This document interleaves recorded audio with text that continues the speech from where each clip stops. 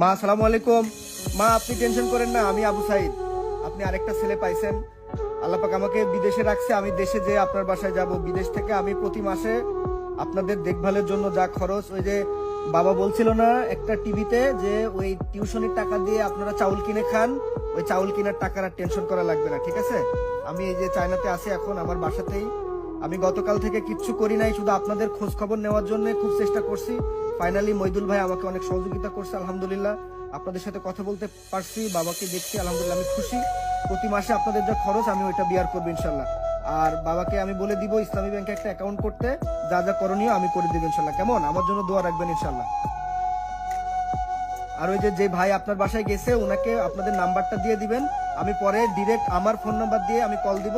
আমার ব্যক্তিগত চাইনার নাম্বার আমি দিয়ে দিয়েছি, এই নাম্বারটা আপনাদের কাছে রাখবেন, আমি ওই নাম্বার থেকে কল দিব আপনাদের।